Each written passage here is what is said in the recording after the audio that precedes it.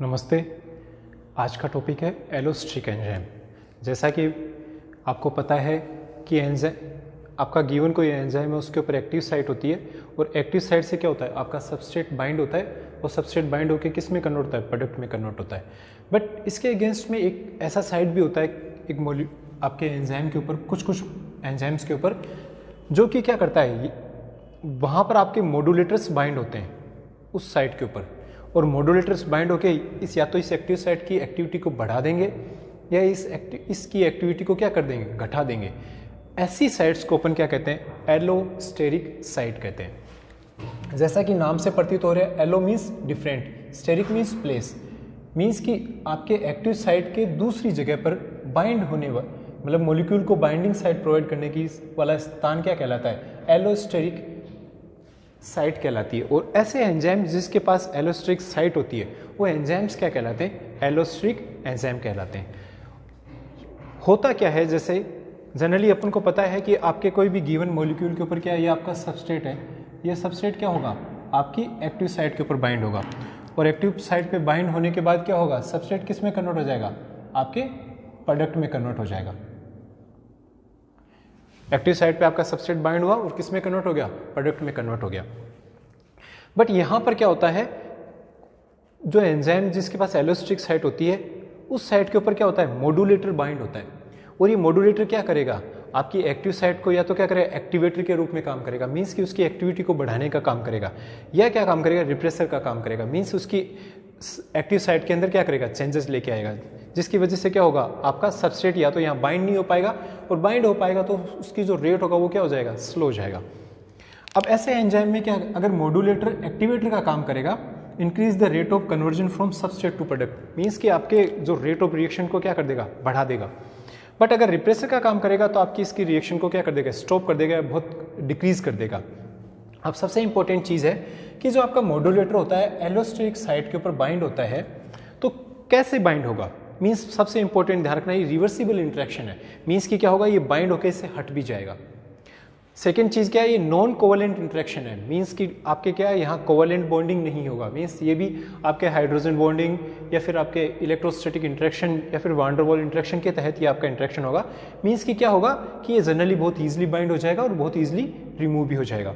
But ध्यान रखना, इसकी एक्टिविटी की वजह से क्या होगा, आपके एक्टिव साइट के अंदर वेरिएशंस आएंगे, और उन्हीं वेरिएशंस की वजह से क्या होगा, आपका फर्दर जो इस पर्टिकुलर एंजाइम की जो एक्टिविटी होगा वो क्या होगा, जनरली डिक्रीज होता है। जैसा कि आप रेस्पिरेशन के दरमियान पढ़ते हैं, आपका कोई ए सबस्ट्रेट है जो किस में कन्वर्ट हो रहा है, बी में, और बी किस में, सी में, सी किस में कन्वर्ट हो रहा है, आपका डी में। और यहां पर क्या है, आपका एक नंबर का एंजाइम है जो ए को किस में कन्वर्ट कर रहा है, बी में। यहां पर दो एक एंजाइम है जो बी को किस में कन्वर्ट कर रहा है, सी में। और 3 आपका कौन सा है, आपका जो किस में कन्वर्ट कर रहा है, सी को डी में कन्वर्ट कर रहा है। अब मान लो जो आपका एक नंबर का आपका एंजाइम है, एक नंबर का एंजाइम क्या है, एलोस्टेरिक एंजाइम है। ये इसका एक्टिव साइट हो गया और ये इसका एलोस्टेरिक साइट हो गया। ये वाला क्या कहलाएगा, आपका एक्टिव साइट, और ये क्या कहलाएगा, एलोस्टेरिक साइट कहलाएगा। देखने में ये आता है कि जनरली क्या होता है, ए बी में कन्वर्ट हुआ, बी सी में, और सी किस में कन्वर्ट हुआ, इन तीनों एंजाइम की सहायता लेकर कन्वर्ट हुआ। बट यहाँ क्या रहता है, जो डी है, साथ में बॉडी ये भी चाहेगा कि डी एक्सेस में प्रोड्यूस नहीं हो, मीन्स कि जितना डी का रिक्वायरमेंट है उतना ही प्रोड्यूस होगा, ठीक है। तो यहाँ क्या होगा, जो आपका ए मोलिक्यूल है, जो आपका डी मोलिक्यूल है, जैसे ही डी मोलिक्यूल की, ये मान लो आपका डी मोलिक्यूल है जो एक्सेस में प्रोड्यूस हो गया बॉडी की रिक्वायरमेंट के अगेंस्ट में, ये आपका डी मोलिक्यूल है जो एक्सेस में प्रोड्यूस हो गया, तो जितना रिक्वायर्ड है उतना तो बॉडी रिक्वायर्ड इसको यूटिलाइज करता रहेगा। पर जैसे ही इसकी एक्सेस होगा तो क्या होगा, ये वहां पर एक्यूमुलेट होना स्टार्ट हो जाएगा, और जैसे ही एक्यूमुलेट होगा तो ये क्या करेगा, आपका एलोस्टेरिक पे साइड पे जाके बाइंड हो जाएगा। एलोस्टेरिक साइड पे बाइंड होते क्या हो जाएगा, आपका एक्टिव साइट इनहिबिट हो गया। एक्टिव साइट इनहिबिट हो गया, इसका मतलब क्या होगा, आपका एक नंबर का एंजाइम है, इसने वर्क करना बंद कर दिया। वर्क करना बंद कर दिया तो ए से बी कन्वर्जन बंद हो गया, ए से बी कन्वर्जन, तो अपने आप ही चेन रिएक्शन टूट गया। तो यहाँ क्या होता है, जो आपका डी है, ये आपका जो डी आपका प्रोडक्ट है, ये प्रोडक्ट क्या करेगा, आपके फीडबैक इनहिबिशन के तहत आपके फर्स्ट नंबर वाले एलोस्टिक एंजाइम को इनहिबिट कर देगा और चेन रिएक्शन को स्टॉप कर देगा। ये जो रिएक्शन कहलाती है जिसके तहत आपका प्रोडक्ट आपके इनिशियल किसी एंजाइम को स्टॉप करे और पूरी चेन रिएक्शन को बंद कर दे, इसको अपन बोलते हैं फीडबैक इनहिबिशन।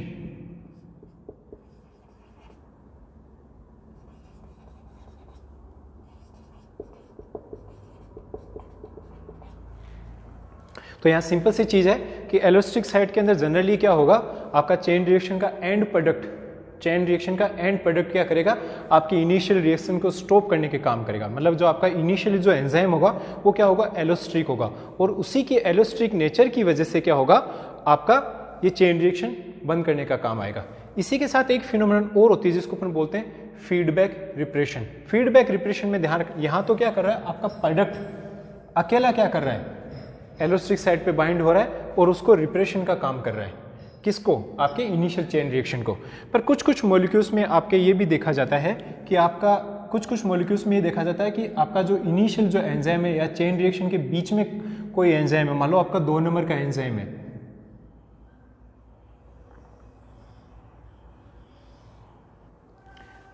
एंजाइम है, ये वाला साइट इसका क्या है, एक्टिव साइट है ये वाला, और ये वाला साइट क्या है, इसका एलोस्ट्रिक साइट है।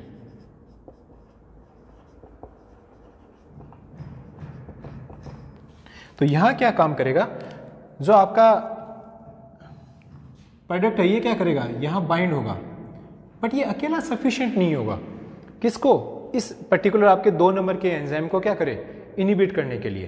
तो इसके साथ में क्या होगा, कोई और मॉलिक्यूल भी क्या करेगा, इसके साथ में बाइंड होगा, बाइंड होके क्या कर देगा, इसको रिप्रेशन का काम करेगा। मीन्स कि क्या काम करता है, जो आपका एंड प्रोडक्ट होता है ये को रिप्रेसर का काम करता है। मीन्स कि क्या अकेला रिप्रेसर नहीं रहेगा, ये क्या काम करेगा, आपका जो एंड प्रोडक्ट है वर्क एज को रिप्रेसर। बट यहां पर जो आपका फीडबैक इनहिबिशन में क्या करेगा, आपका जो एंड प्रोडक्ट है वो डायरेक्टली क्या काम करेगा, वर्क एज रिप्रेसर और इनहिबिटर।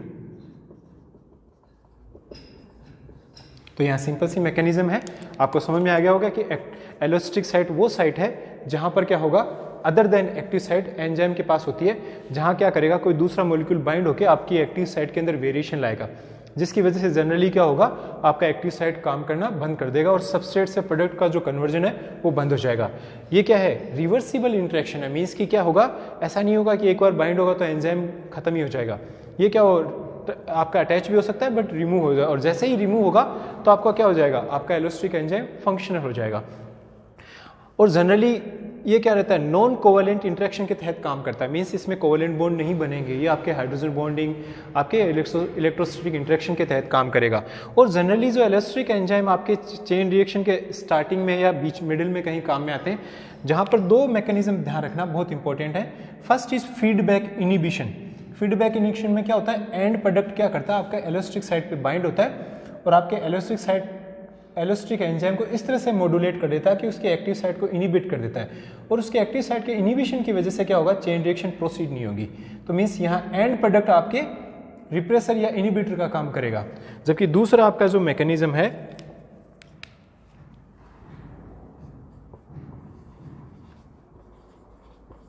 Feedback repression,